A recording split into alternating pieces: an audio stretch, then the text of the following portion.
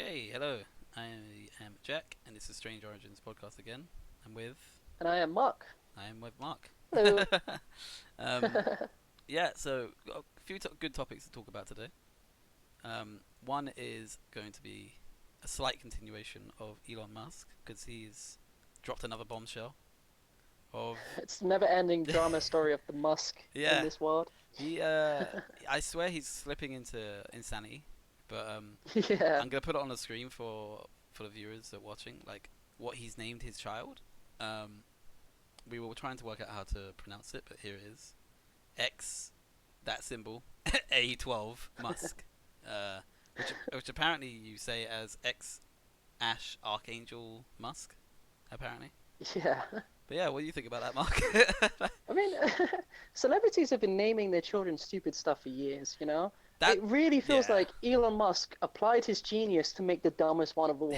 He just sat there and he was like, how can I make this so convoluted and difficult so that, he even if you met him, you couldn't even shorten his nickname, like give him a nickname or something like that. You'd have I to don't call know, him man. X or I feel like something ridiculous. he is smoking a bit too much of that herb. Like he is high out of his fucking nut. There is no way you name your son that. Like you can't even tell if that's a Yeah. girl or a boy's name. Like you don't know what that is. It's just that's, you can't even tell if that's a human. That could be a serial code. Uh, I honestly hope that wasn't the first thing he thought when that baby came out.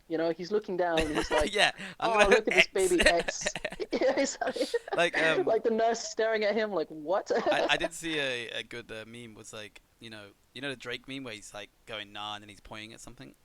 Like Yeah, the yeah, nah yeah. one was like, oh, naming your password after your son, and then the other one was like, nah, naming naming your son after your password. I was like, yeah, that's very good. Yes. Elon Musk is super satisfied. Who knows? Maybe that's like the code to his bunker. It You could be, know, he's just trolling society. Honestly, I like, can expect that. I did say before that apparently it might not be able to be allowed anyway. So according to Californian law, you have to have the 26 characters of the alphabet to make a Mm, name. You can't actually use symbols, dashes, numbers. You can't do anything like that anyway. So yeah. Okay. what what That's what incredible news. what apparently would end up happening was that if they wrote that on the birth certificate, that's only if they wrote that on the birth certificate. But if they did, then that application will be sent to the government or council, or whatever, and then they'll go nope and reject it and send it back, and then they can appeal it. But yeah, apparently like that's Yeah. that's what's gonna happen. Hopefully the judge will sit there and be like, no human should have to go through the suffering of having that name. Well, that Especially honestly, when that kid's gonna get it changed as soon as he's yeah, 18. that If you have that any that is sense. why naming laws exist, is to stop parents from naming their kids like Hitler. Like Yeah. there are reasons like that these exist. You can't just call them fucktard or something like that. Like you have to call Yeah, them exactly. actual names. So Yeah. yeah, but again, it's only if they wrote that on the birth certificate. If they wrote something like it spelled out, like as in X Ash Archangel, if they actually wrote that in letters, then it will still stand and Yeah. he can use those symbols probably. But It's yeah, it's interesting because a man as intelligent as Elon Musk, he definitely knew there would be a public reaction to that name, 100%. yeah. So like all I can think of it is more free What advertising, did I, but I'm not too sure what did like I what his tell you motive in is. the last podcast? Is this man is a man of business, and that's it. Like It's more apparent than ever. Yeah, yeah, I agree with you. I'm thinking he did this. He knows it's gonna get rejected, but it's gonna be all over the news. Everyone's talking about Musk again because not only Yep. like did he do this, he also tweeted out that dumb shit before. And what's gonna happen is that he can literally willingly turn his stock prices up or down if he wants to by just doing this stuff. Yeah, that manipulative little weasel. Honestly. He's high off his fucking nut, but he's a Well smart played. man when it comes to business and engineering. Like, Absolutely. He knows how to keep his name relevant. That's yeah, that's one thing. definitely. Like, and then which is exactly what Trump does. So, Yep. liking those two You know what? together. It's all a ploy. They're actually playing chess together, like over the Skype. You They've know? already got each other on Zoom, like just having a little Yeah, conversation. exactly. Pat each other on the back every now and then. But Yeah, yeah, man. that was the short news of you know, Miss what X We should Ash have a Archangel, in today's news section of the podcast. I love yeah, it. or what Trump did, like something like that, Yeah. which would probably fill up the whole content, so we probably wouldn't want to do that. It's a good point. Yeah, that's an hour's discussion, isn't it? But yeah, yeah, we were gonna move on because can't talk about stupidity for too long. But Yep. we're gonna talk about Rick and Morty. New episode Yes, dropped. episode 6. Yeah, about a couple of days ago, new episode came out. Well, without It is. spoiling it, obviously, it's a very good episode. Yeah. It's mind-boggling, to be fair. What were your thoughts on it? It is the most meta episode, and they say this too. It's the most meta episode of anything I have ever seen. They Yeah, really pushed, the is this happening? Is this real to the extreme? Like that sensation you get. You yeah, it know? reminded me of the vibe of like a what's the word? Like a parody of like Inception. It was like, Yes. it was like trying to be clever for the sake of being clever, but they knew they were being clever for the sake of being clever. So it was like so many And it was, layers deep. and you go down an extra layer every 3 minutes. Yeah, Like sometimes every 30 seconds there'll be another layer to this Inception narrative, and you're like, what is real? What is false? And even they don't know anymore. like So think of it of like the everything that everyone's ever asked for in Rick and Morty, they just put in this episode. It's yeah, basically like that. It's like, oh, what if this happened? Well, what if this happened? Well, maybe it did happen. We don't know. Like it's just, it's like their multiverse like structure, but on crack. But yeah. it's It's like sci-fi extremism, isn't it? It's like, like how some of the deep can things we go? they go into that. Like this is probably one of the only episodes I've watched where halfway through I was like, I don't understand what's going on. Like I actually I was like I might even need to pause this. I'm getting a headache. I don't understand what's happening. Like they hit you with the Yeah, bamboozle left, right, and center. and it's Rick and Morty. They don't care. They don't hold back on the gore. I think they had Yeah. just like a brief micro spoiler for like the middle section. Yeah. There is a character that ends up dying for a minuscule like eternity in an alternate world, and he's just getting cut in half, and just blood just like pooling out of him, and he's screaming, and that's going on in the background. Like that's not a focal point of the episode. So No. And it's just and then Rick like and Morty, even man. in that layer of it, there's a cult that starts worshipping that man who's dying, and then inside that layer, you don't even know if this is actually happening or not. So it's like there's so many layers to this one man dying. It's ridiculous. And that's not even the big part of the show. Like that's like what 30 seconds, and That that's is just 30 one seconds. bit where it's got like 15 layers. It's crazy. The first 2 minutes, you don't even know who the main characters are. You're like, who are these Yeah. people? What is going on? They're all talking about one man, and you're like, I don't get it. Like, what's going on here? Yeah. But They said it was that was their alternative to basically their interplanetary dimensional cable oh yeah. episode, I But guess, 'cause they have one of those every even season, in that, right? they said like, if we wanted to do that, why wouldn't we just film one? And then like, you're Yeah. like, but why didn't you just film one? Like, it's actually Exactly, yeah. they don't. I don't know. They're being like so meta that it's meta. It's ridiculous. Yeah. Um, I love it. Uh, Absolutely phenomenal. and definitely episode. watch like till the end because they have some real world stuff in there that's pretty good. Like Yeah. I was like first to go, oh that's great, and I actually laughed out loud. Yeah. At that I was like, oh, It's kind of like God damn it. South Park-esque, where it's like Yeah. topical to the current events, Like they're which is actually adding quite good. onto it, and they're like, yep, no, you should do this. Like Yeah. it's pretty good, honestly. Rick and Morty's been one of those programs that it's actually got a weird stigma attached to it now. Anyway, like when the first season came out, Mm. everyone loved it, and then the second season, everyone was like, "Oh yeah, but like you're only recommending that. Like people that recommend that are like trying to seem smart, or something Yeah. like that." And I don't know where that negative stigma came from, but Yeah. like It's like people just forgot how to enjoy a show, isn't it? I mean, agree I with know you, exactly what yeah. you're talking about. yeah, Yeah, like the amount of people who are out there, like I will say maybe the fan base got a bit annoying, but yeah, definitely. like yeah, but just people going, I don't want to watch it because of the fans. Like the fans shouldn't take something away from the show. If it's a good show, it's a good show, man. Like Exactly, like the people watching it shouldn't be the only issue. the only reason why I do disagree sometimes is because I feel like anime is kind of like that for me sometimes. Where Yeah, I like agree. trying to watch something and someone goes, "Oh, but did you read the manga though? Because you didn't read the manga, then you're a prick." It's Okay, like, that's it's that's like really annoying. it's a fan base can destroy a franchise for me very easily actually when it comes to that Yeah. sort of stuff. Like, 100%, man. sometimes even it turns into because whenever you watch a show or play a game or read a book, you wanna talk to someone about it, and if you can't even talk Mhm. to the fans of that media, then what's the point? Like, Yeah, yeah. I think that's what makes it worse for me. So Especially, I mean, like it sounds like the one-up mentality. You come across some person who's like, okay, we've seen the same thing, but I need to be better at you at doing the same thing that we're doing. yeah, For a exactly. sense of superiority every now and then. But by comparison, I've lost my train of thought. Just keep going. It's fine. That's the good old the good old anime brain. You went so many Maybe layers I'm being deep. meta. You didn't even understand. It's all a ploy. Yeah, exactly. You- I'm still waking up to this moment. I'm like, what realm of Inception are we on? You know? that is ridiculous, but that's what happens, I guess. Um, we can. Oh no, wait. You did want to say as well. Like, isn't there a program at the moment that is like Rick and Morty? It's like in the same vein of it. What was it? It's on Yeah, Netflix or something. the Midnight Gospel. Yeah, yeah. Yeah, and I've It's heard it's like really Rick and good. Morty, yeah, in art style and a few other things, but it's very much its own separate entity. Well, it is And definitely so like, isn't it like it is multiverse though?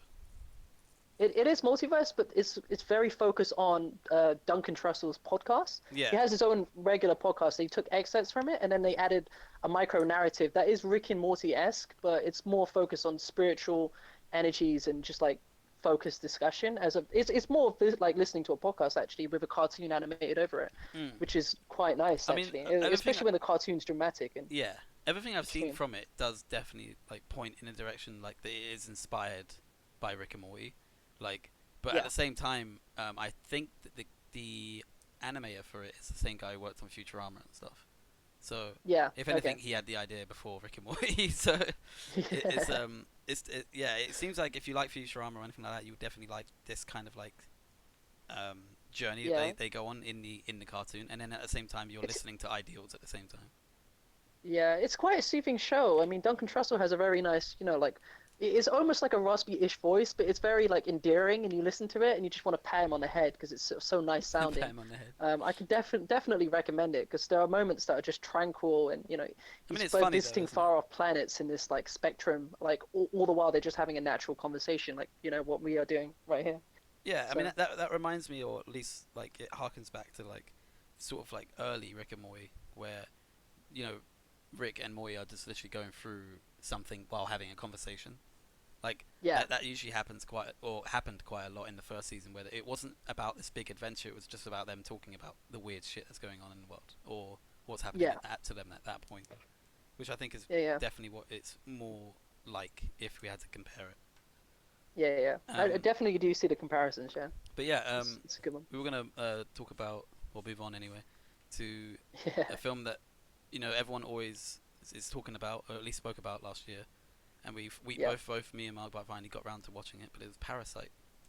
It's a very very good You've film. been talking about this movie for a long time. I mean, I remember you talking about how much you wanted to see it. It won that Oscar, and you were like, "I'm very interested Yeah, in like going in and like witnessing this movie." I want to know how it lived up to the hype for you, for per me, se. like it was one of those films that I had obviously heard about it. It like was nominated for an Oscar and all that stuff. It was going up against some like big contenders, big directing contenders as well, like Tarantino and stuff like that.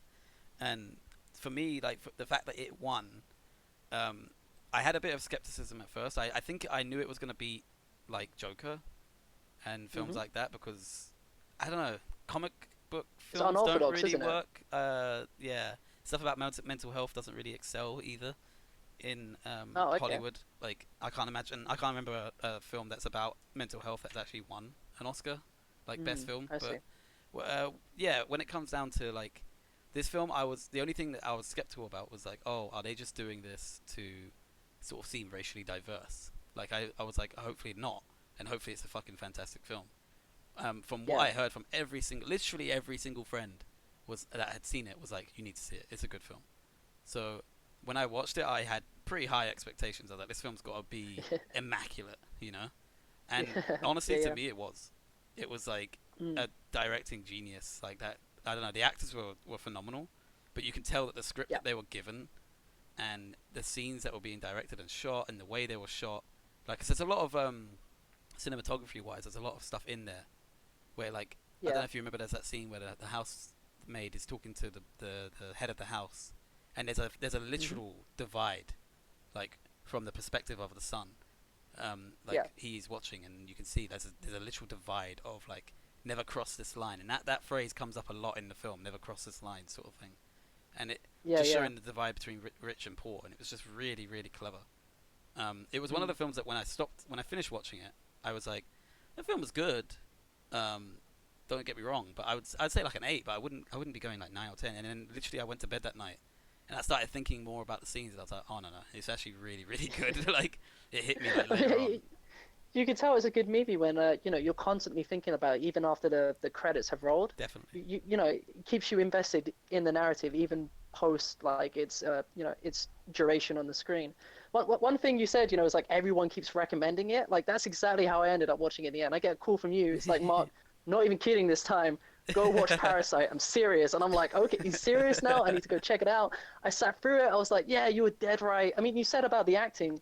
The acting is incredible. Yeah, Like I've definitely. never, I haven't stepped into Korean dramas. I've never seen a Korean movie Hmm. before. So this was my first, take on the equivalent of Korean Hollywood.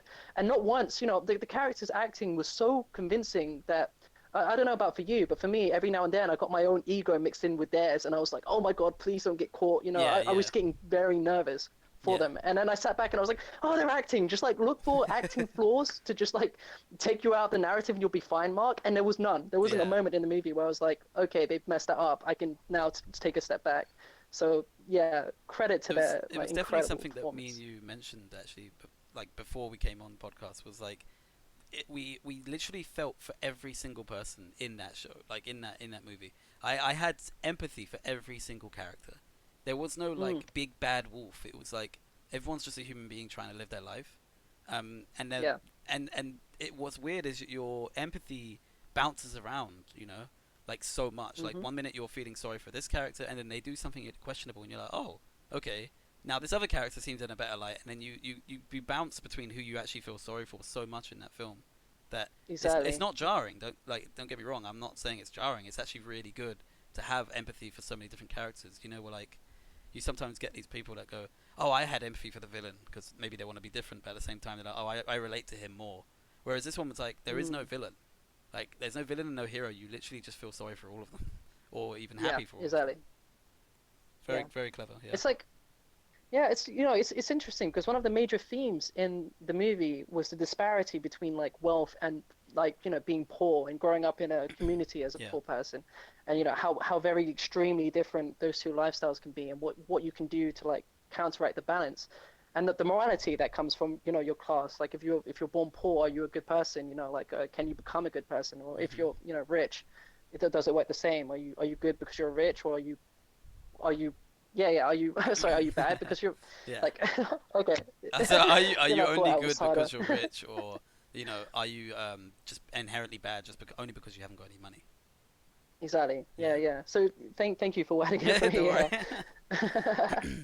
So yeah, like that social study I found really interesting. I remember there's one thing you said to me before we went on as well, was that you've never actually come across the poorer side of Korea, like the Yeah. slums, or like you've never No. had an example of that before. And Yeah. My you explanation for that was that usually I think it had like the aspect of like China and North Korea, which is like we can't really do any wrong.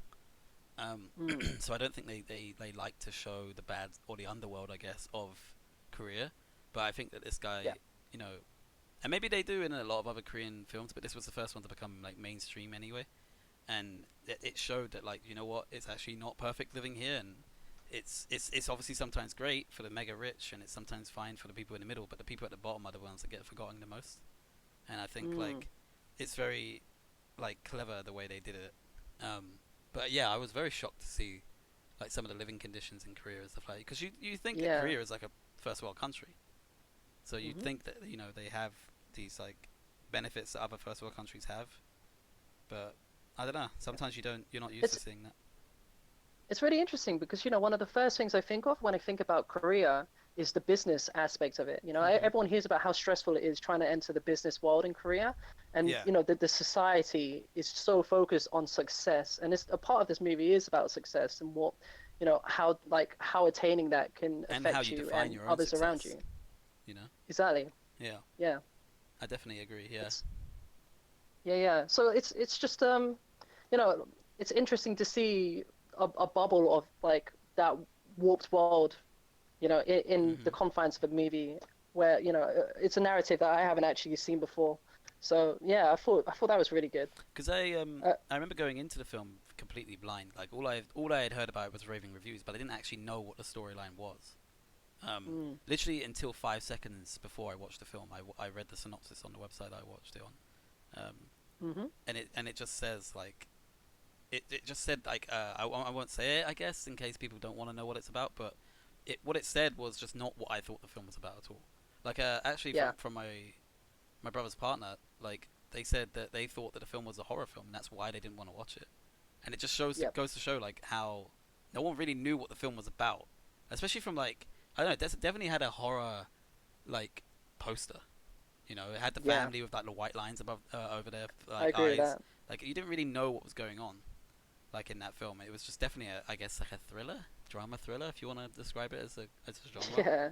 But it's And from the first minute, it's engaging. You know, definitely like yeah, their focus to just like the design of the slums and the streets and the people around them and what it's yeah, like to live in and squalor. showing like It's just extreme fascinating. poverty, like at least to the Mm. point of in a first world country, I guess.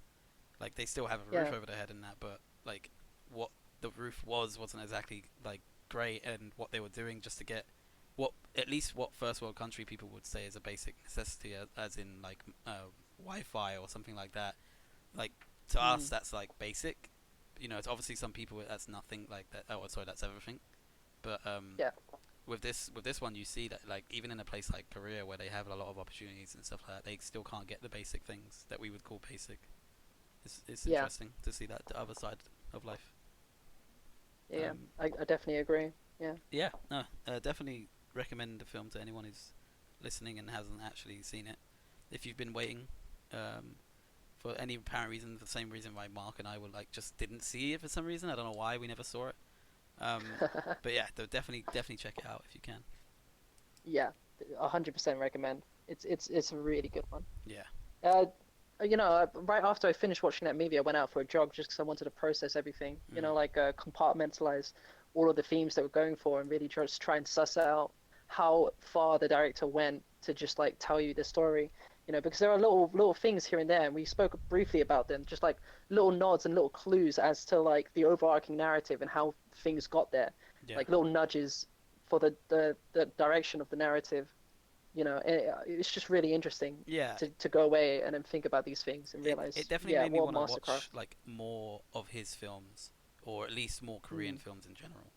Like, cause this does actually like relate to the first kind of like area of podcast we did where we watched the platform on Netflix, and The platform, yeah. that's another foreign film. That's a Spanish film, It's these foreign and movies, isn't it? they're kind of like I guess Hollywood is at the moment playing it really safe with what they're doing, and these Yeah. other places like Korea and Spain, and there's these other like up and coming film producers Mm. are like, you know what, we got nothing to lose, so we might as well just go for Yeah. it with these films, It's like I like that. That's the risk that you need in Hollywood, and it's not they're taking it. I think that's a really good point because Hollywood's come down to an algorithm where you can actually guess the ending to a lot of their plots. And how Yeah, many times have you sat on the couch and you know exactly where this is going, and it follows that route to its conclusion, and you sit there and you're not satisfied because you knew it was coming from the first 20 minutes. as But then yeah, you've got the foreign market. Me and you were talking about this a long time ago, but the movie Dot Rec, the Spanish movie, yeah. that horror movie is a masterpiece, and it's still to this day the scariest movie I've ever seen. Yeah, and You even though know, it I, didn't do very well at the time it came out, people watched it now and they go, "Oh wait, that's actually pretty good." I mean, the same with like exactly. Paranormal Activity. How many horror films are like copying that style now, including Yeah. themselves? Like, like Yeah. trying How to do you copy recapture it. yourself that time? Like, Yeah. I mean, it's come down to a point. Like, I mean, for me, so a lot of people actually might disagree with this, but the reason why Marvel films did so good, like especially the Endgame one, was because the ending Mm. was kind of unpredictable. We kind of knew where it was heading, but we didn't know who was gonna die. We didn't know what was gonna happen, like with that sort of thing. So that's Yeah. for me. That's why it kind of did so well. Was it was kind of unpredictable in terms of how is this going to resolve. We know everyone's going to be sort of like all right in the end or something like that, but because it's a superhero film. Mm. But what was going to happen? What actually happened? And what were the consequences? And those are the things that people wanted to know and didn't know until watching that film. I feel like a lot of Hollywood films now are either a remake or a sequel. Like there's a lot of things that are coming out now. Like you got Matrix 4 coming out. You got like remakes of every Disney classic that we've ever had. So they're all just coming down now to this. Yeah, I think you bring up a incredible point there, actually. Like, the algorithm that Hollywood has gone for is really getting like repetitive and a little bit boring. Like they really are just recycling a lot of their content. And I'm not gonna take it away from the fan base because there's a lot of people who are very interested in remakes and those Yeah, remasters I and think so.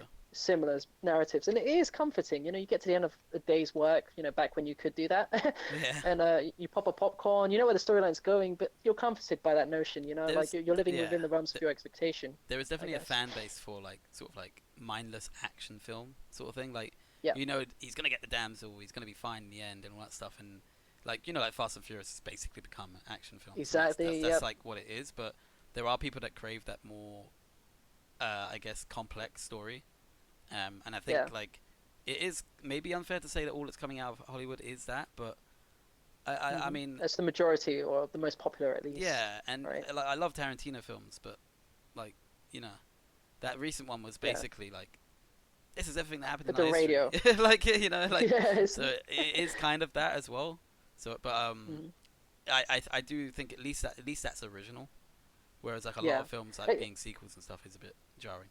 I think it's a great point because honestly, like going to these foreign media for something that's a little bit less, like streamlined, and getting a Hmm. narrative that expands your view every now and then, it can feel really, really soothing on a level that some of these Hollywood movies cannot compare to. Yeah, it's You know? broadening of the mind, and I think like the best thing that it's gonna do is at least stir up some competition with like, Mm, hey, like one of the best films of last year wasn't even made in Hollywood or any Western country. exactly. So maybe now you guys need to buck up your ideas a bit and make it better. Even though Joker was Yeah, fantastic, like I agree with you that, there. and if Yeah. Parasite wasn't there, I think Joker would have won it. But Yeah. it was because Parasite was on another level, and it Hmm. went to places that. And to be fair, Joker did that as well. Actually, I'm thinking about. So maybe it was a lot more closer than I thought. But Yeah, yeah. I think like Parasite showing a different perspective of life, whereas no one really still doesn't want to talk about mental health. I think that's why it probably failed a lot more. Mm. But maybe the I sequel, I mean, don't know. with the Joker, it's very interesting to talk about that now, is because it's very much unlike other comic book movies. So it's interesting to know where they're going with that market as well, like the Yeah, comic book genre in cinema. Especially yeah. when you had Deadpool that came in and just flattened the way you people Well, for perceive like making R the comic book rated, movie. that's the best thing about it. But the problem is those films still never win awards, and it's Yeah, like even Marvel, like Endgame, and that didn't win like jack shit really. It won like visual awards and stuff like that. Didn't win mm, anything for directing. Didn't win anything for like best film, like even acting. yeah, This is like one of the yeah, biggest yeah, franchises ever in movie history. It is the biggest and most money made of any film in history, and yet it still didn't win that yeah, much on paper. So it's yeah, kind of crazy. exactly. Yeah. But yeah, that's about time to wrap up. So Right. thanks for listening. Um, Yeah. and this is yeah, it's been an Thanks enjoyment. for having us. See ya. Been a great conversation.